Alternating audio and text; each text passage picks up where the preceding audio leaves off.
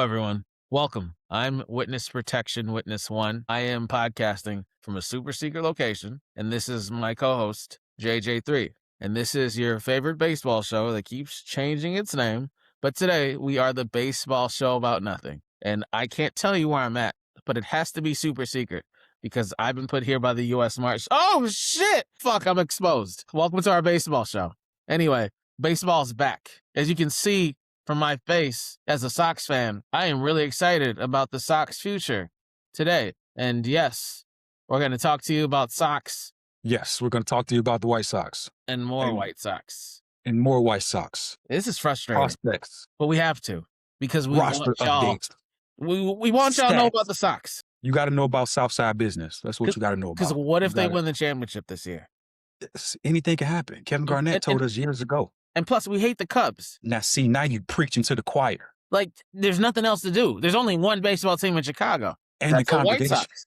The Cubs are in Iowa. You want to listen to the Iowa Cubs? I don't. We don't deal with them. Right. Chicago White Sox. Anyway, let me get back in witness protection. Just like we don't want to deal with the Indiana Bears. Oh, I kind of want to deal with the Indiana Bears.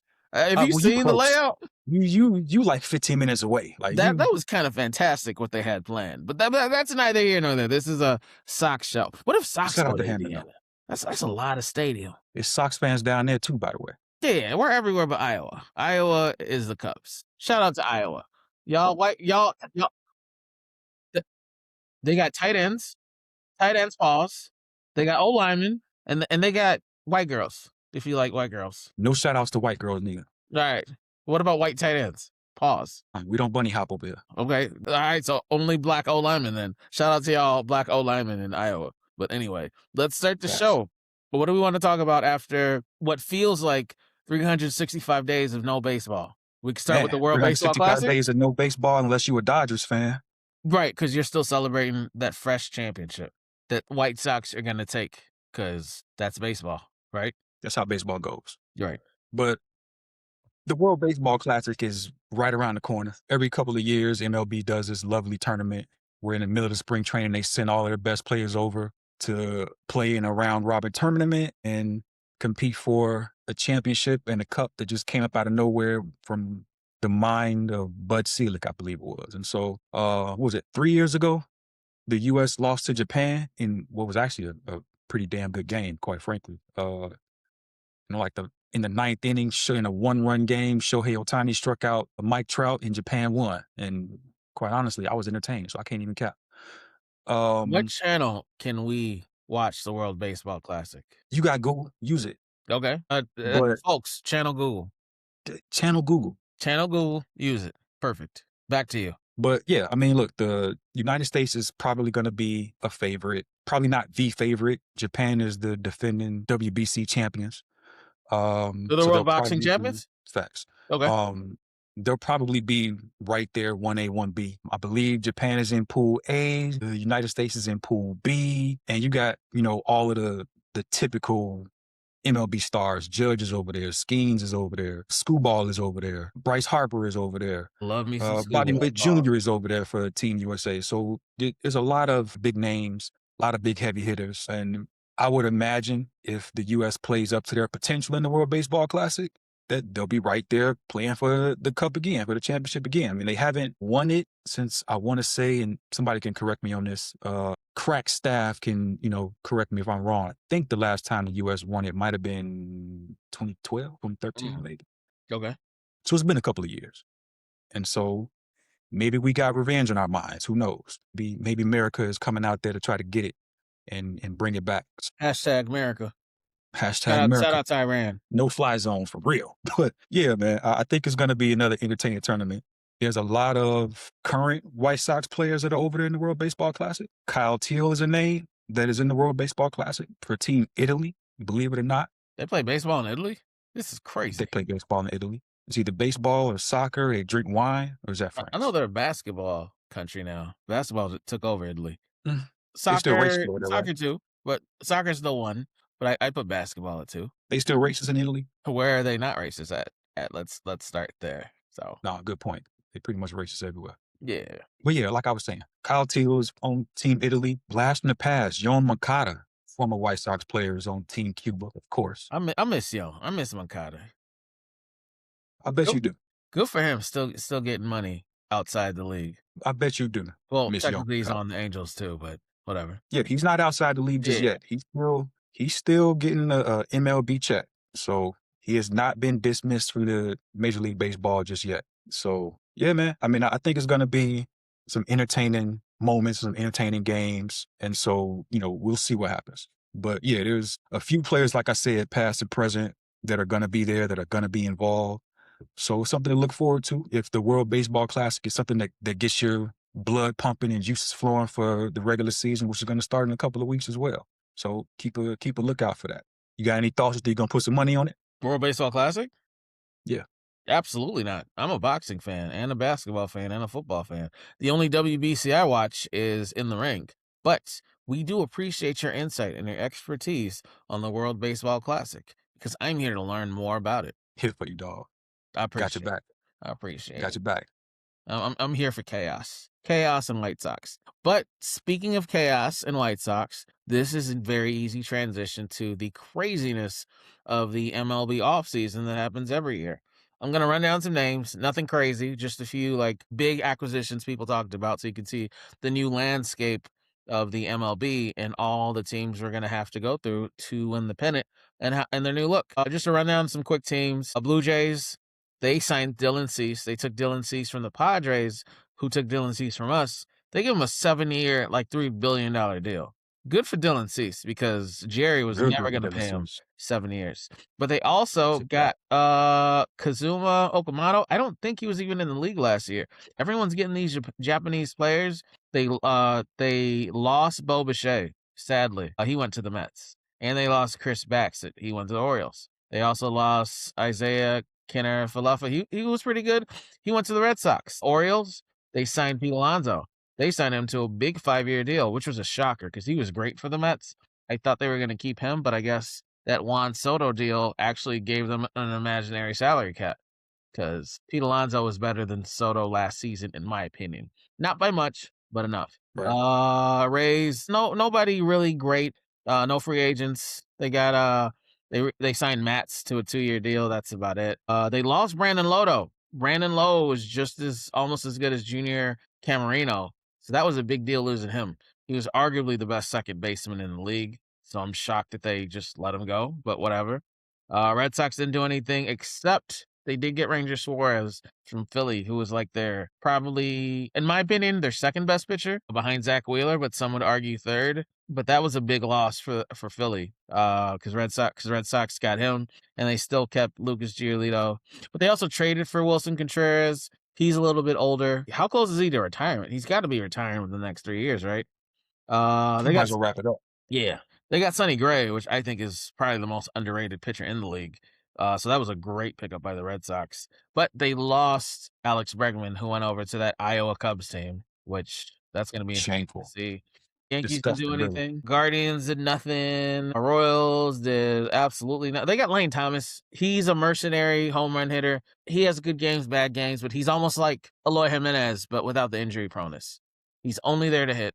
Can't do anything else. So if you're a fan of that, you really like Lane Thomas as a big gun heavy hitter, healthier version of Eloy Jimenez, the Blue Jays now have re-signed Eloy Jimenez to a 1-year deal. Good for him. I thought he might be out the league the way people talked about him. But Shout out to Eloy because I yeah, thought he was on his way to bagging groceries permanently for real. we all thought. The Tigers technically supposed to be our rivals, but we're never good enough for them to be our rivals.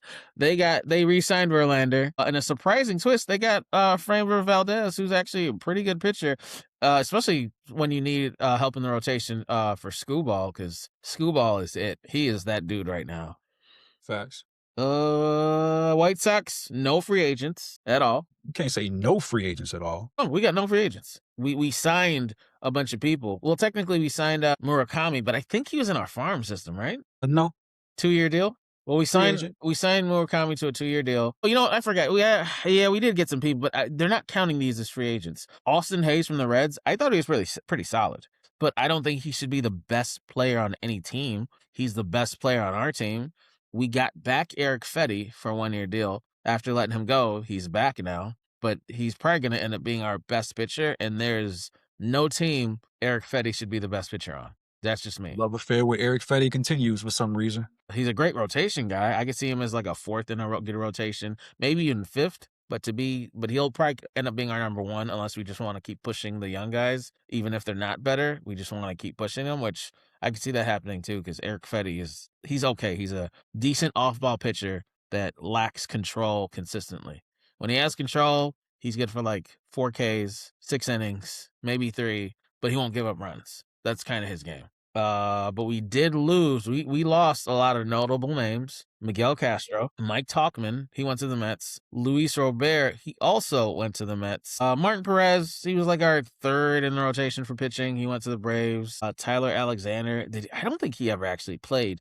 He went to the Rangers. And then, the guy you're talking about from AA, maybe AAA, Michael Taylor, that was his name, outfielder. He retired. I don't know why he retired, but he is out of here. He was like, yo, I'm going to be on the Sox. Sorry, I'm retiring. I without looking, I feel like he's probably from Stanford because Stanford guys retire early from all sports. Or the Drew Dahlman on us and bounced. Drew Dahlman and Andrew Luck also retired. Another Stanford guy retired early. I just think those Stanford guys are not good to draft. They just want their little money and they get up out of there real quick. That's it. No more getting guys from. We don't even know if he's from Stanford, but he's got I'm from Stanford energy because he retired early. So we're just gonna say he's from Stanford. Outside of that, a really big one in my opinion that doesn't get talked about more. Well, that's just a re-sign. I was gonna say Suarez, Eugenio Suarez. He's on the Reds now. That's a big one. So that's their makeup for Hayes. They got Hayes. I mean, we got Hayes. And then Suarez goes over to the Reds, so they get extra big hitting. Yeah, I'm not seeing much. A lot of role players. Rangers got Brandon Nimmo, another role player. Mets just lost a lot of good contact hitters. They're really retooling that roster around Soto. Good luck to them. But Rangers lost a lot. They lost Simeon. They lost Garcia. They gained pitching, but they lost a lot of good hitting. I guess they're really gonna dig deep in that farm system. What else? Braves, Mike Yastrzemski. He was a monster towards the second half of the season on the Royals. True. Yeah, I'm gonna just end this with the Mets. I think that's the biggest one. Mets. They got Bo Bichette. Freddie Peralta, which is huge. He's gonna come in as their ace, and he is an all-star level guy. They got Luis Robert from us. They got Marcus Simeon. I don't know why I thought they lost a lot. They seem to replace what they lost in offense and defense.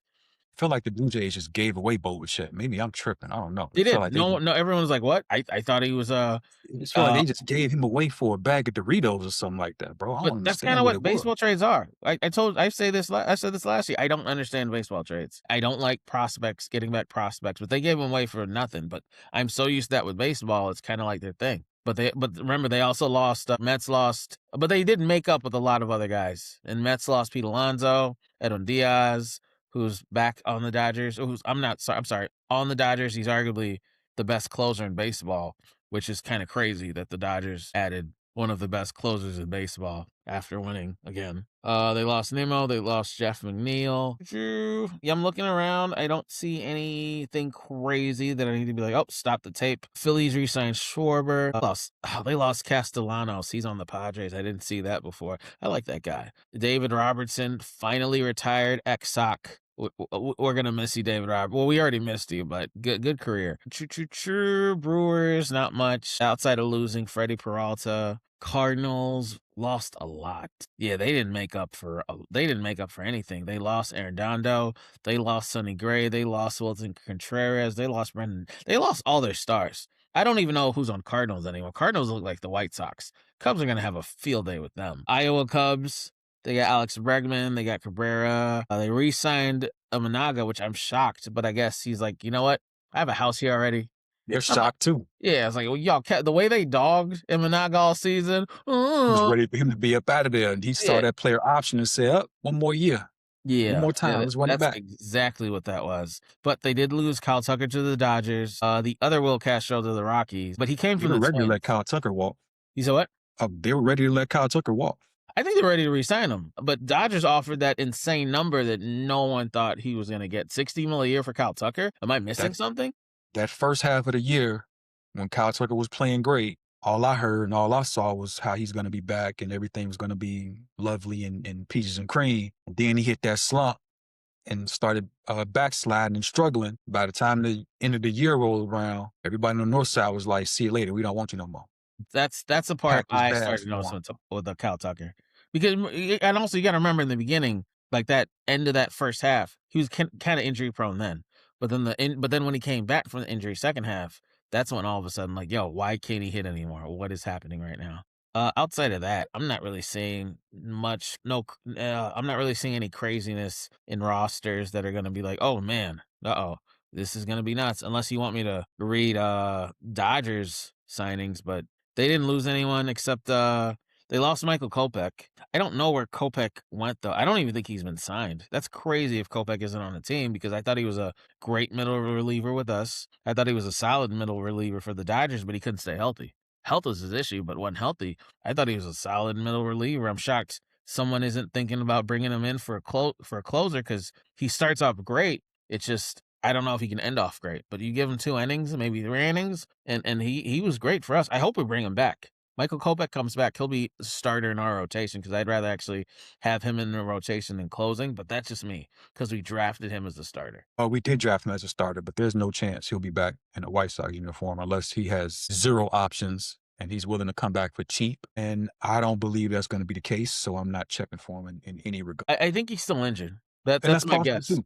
That's because possible too. But yeah, to yeah, leave the Dodgers and just not be signed anywhere and not play bad. when he was on top of his game, he was definitely a good player and a good pitcher. I don't think he ever reached the lofty starter type expectations that the White Sox organization and that White Sox fans have for him at one point, and even I admit having some lofty expectations for him because the velocity was so incredible. Like, I mean, dude, walk out there and just throw 100 with ease and make it look real simple and smooth. But yeah, consistency was a problem. Injuries was a problem, at least while he was here. Yeah, Then he got traded to the Dodgers and just stayed healthy until the end. stayed healthy for a while and helped them win the World Series. So it is what it is. But yeah, man, it kind of goes that way. Kind of happens that way at times, and so Middle uh, relievers and closers are at a high premium. He's got to still be injured because yeah, he's someone a team would have, right? I don't I understand why he's think not he'll signed. be better in a closer role or, like you said, a relief role,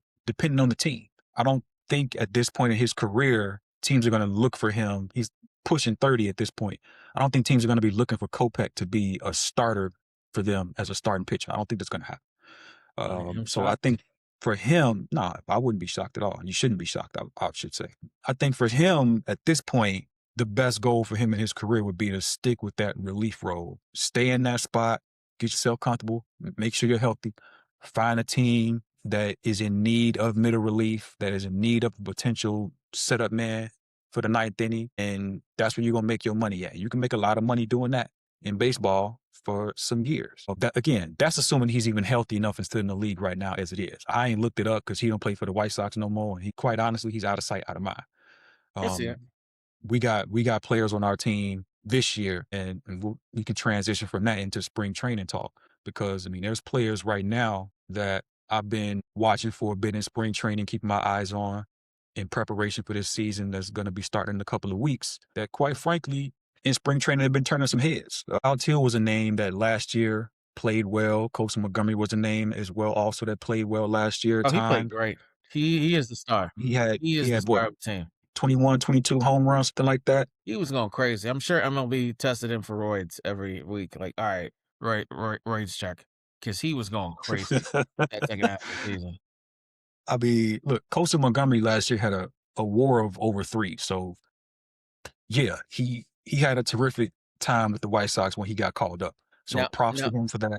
a real roster would see what Colson Montgomery's doing and bring in free agents to surround him outside of just Austin Hayes, bring in big guns, and go for a playoff run. That's just me. That's just me with Jerry's wallet. We're a bit of ways away from the big name free agent talk Says to who? The build around Yankees do Coach it every Montgomery. year.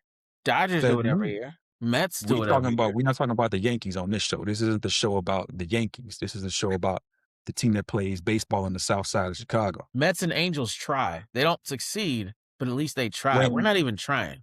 We're small balling everything. We're small franchising everything, which I'll never understand. When Ishbia pulls up and officially takes over the team, then we can celebrate and have that conversation Ishbia, about Spirit Hands. spending real money and getting real free agents. Take over the But team, Matt, until please. then, we can keep the train on the tracks. Because I mentioned Kyle Teal, I mentioned Colson Montgomery, but the names that are turning heads so far for me in spring training are not those players. So a couple of names that I'll throw out there for you: Edgar Carroll, Solid. Brandon Montgomery. Any relation to Colson Montgomery? Ask their mama about that. All right, let me call her. Hit her Hey, up. hey, Mrs. Montgomery. She might be on one of them What are you wearing? dating sites. You never know. I'm Are not we- one to talk about a happy Oh, home. you got that She might be on? on a dating site. You might catch her. I'm in witness protection right now. Let me call you back later. Tanner Murray is He's another solid. name. Don't forget Sam the Japanese guy. You don't want to pronounce his name yet. I mean, the White Sox couldn't pronounce his name yet. So That's also true. No one you can can't pronounce hold it his name against yet. me if they couldn't get it right on the man jersey. You can't hold it against me if I screw up. I was waiting on you to get to him. I was like, all right, let me just call him out. Hey, I don't get paid by the team. They do. If I mess up, can't nobody hold it against me. But another name is Sam Antonacci. And then, of course, we got Murakami. They keep So, calling him the Italian. Like, I thought we already had an Italian on the team that we call the Italian. Shout out to Italians. well, I mean, we already threw shots Illidy's way. So it is what it is. Yep. The Italian, 2 home runs so far in spring training, 846 slug, 1346 OPS. So it's just spring training. Right now, we're 7-2 in spring training. That's not We're playing. and a couple of those wins are against the North Side team in spring training. So, Facts. there you go. But the steady theme has been small ball. Of Steady course, theme we has don't been have the hitters pitch. for long ball. Yeah. Do you see this momentum in spring training and this focus on small ball, short hits transitioning to the regular season to close us out? I don't necessarily think it's small ball though. Okay. So I don't necessarily think that's the case. And again, it is only spring training, and it's not about constantly winning every game in spring by double digits, even though the White Sox have put up some double digit runs in these spring training games. A lot of grounders. Yeah. Tanner Murray, 2 home runs, 1153 OPS.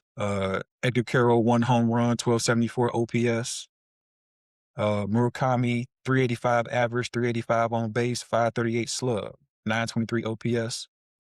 So those spring training numbers aren't bad, and I wouldn't consider those spring training numbers to be all based on small ball. I think at this stage of training, again, you're working on things, you're working on your swing, you're working on your rhythm, you're refining techniques, right? They're working with they're working with things that can help them prepare for the regular season. That can help them when they face some of these, real big league pitchers like a screwball. Like, so do I think these current numbers that we just saw in spring training will transfer over to the regular season and translate for 162 games of baseball? That remains to be seen. Well, then, question for you: how confident are you in year two of Will Venable as the manager? More confident than I ever was with the bozo they had in here before him. Facts. So I think that what Venable has done is he's instilled some of what Rick Renteria instilled in the team when he first got here. A lot of that play hard, try hard, hustle down the first base line. A lot of that, which is important for young players. I mean, this is a young team. This is a young team that has to have the willingness to fight.